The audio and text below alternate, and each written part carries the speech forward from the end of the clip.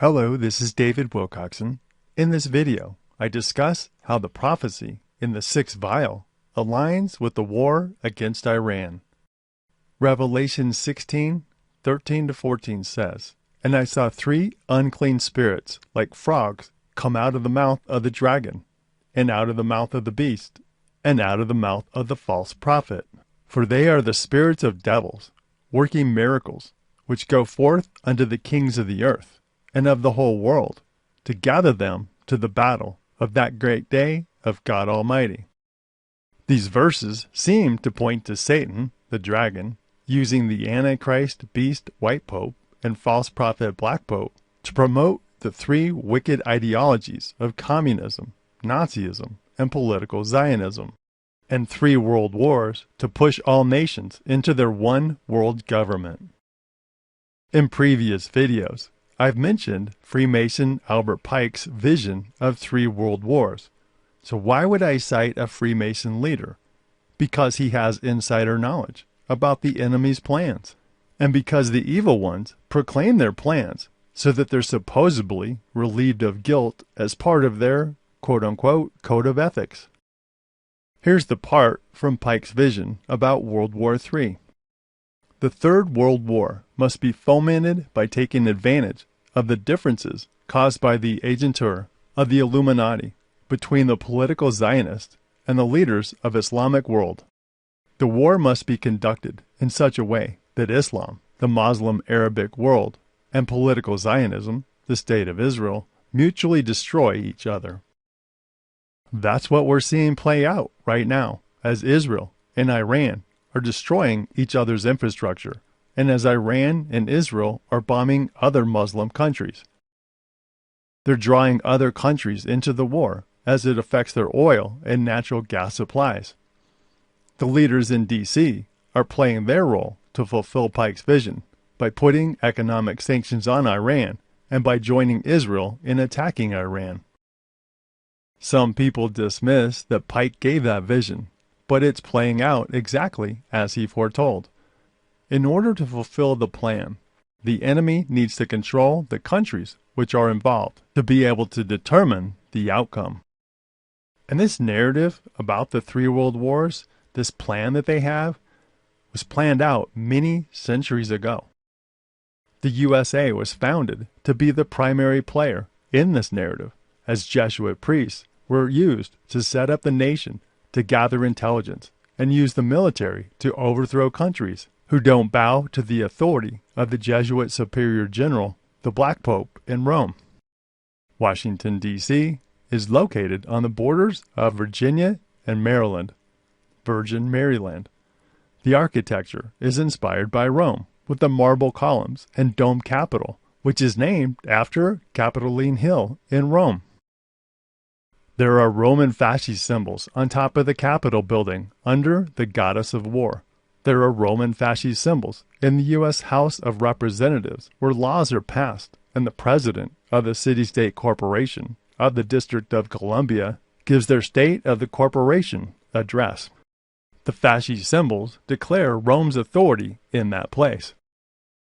Shortly after the USA was established, Jesuit Georgetown University was founded to control the leaders and guide the plan. The paganism of the Freemason founders of the USA is reflected in the Washington Monument, which is the world's largest sun god phallic symbol obelisk.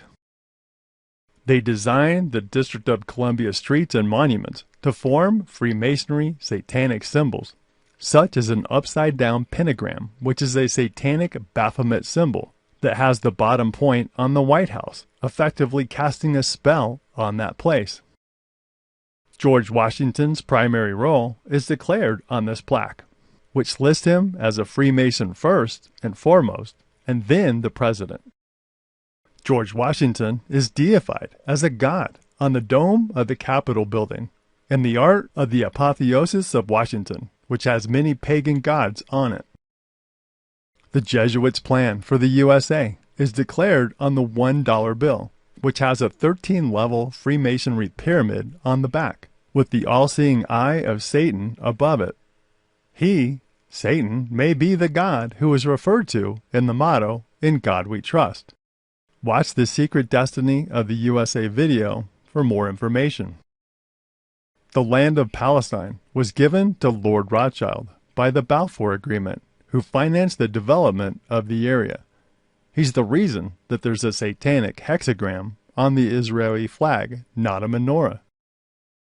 Rothschild financed and designed the Israeli Supreme Court building, which has satanic Freemasonry symbols such as a pyramid with an all-seeing eye on it, and a pagan sun god obelisk. The Khazar Jews in the Zionist state of Israel were foretold in the sixth vial, as they are the kings of the East, who descend from the Khazarian kingdom, which converted to Judaism in the 8th century. They are Jews by religion, not blood, which has been confirmed by Jewish DNA researchers. They fulfill Christ's words in Revelation 3:9, that in the end times there would be a people group who are of the synagogue of Satan, which say they are Jews and are not, but do lie. Watch the Kings of the East in the 6th vial of Revelation 16 video for the explanation. Iran had a democratically elected leader, Mohammad Mossadegh, but the U.S. caused him to be overthrown because he nationalized their oil to fund the government and support the citizens, as the evil ones can't tolerate an independent nation.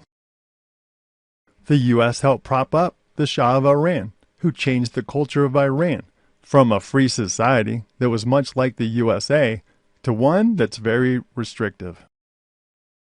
A sign of Iran's control by Freemasons is that Iran's Masonic Parliament building, which was completed in 2004, is shaped like a pyramid with 33 windows.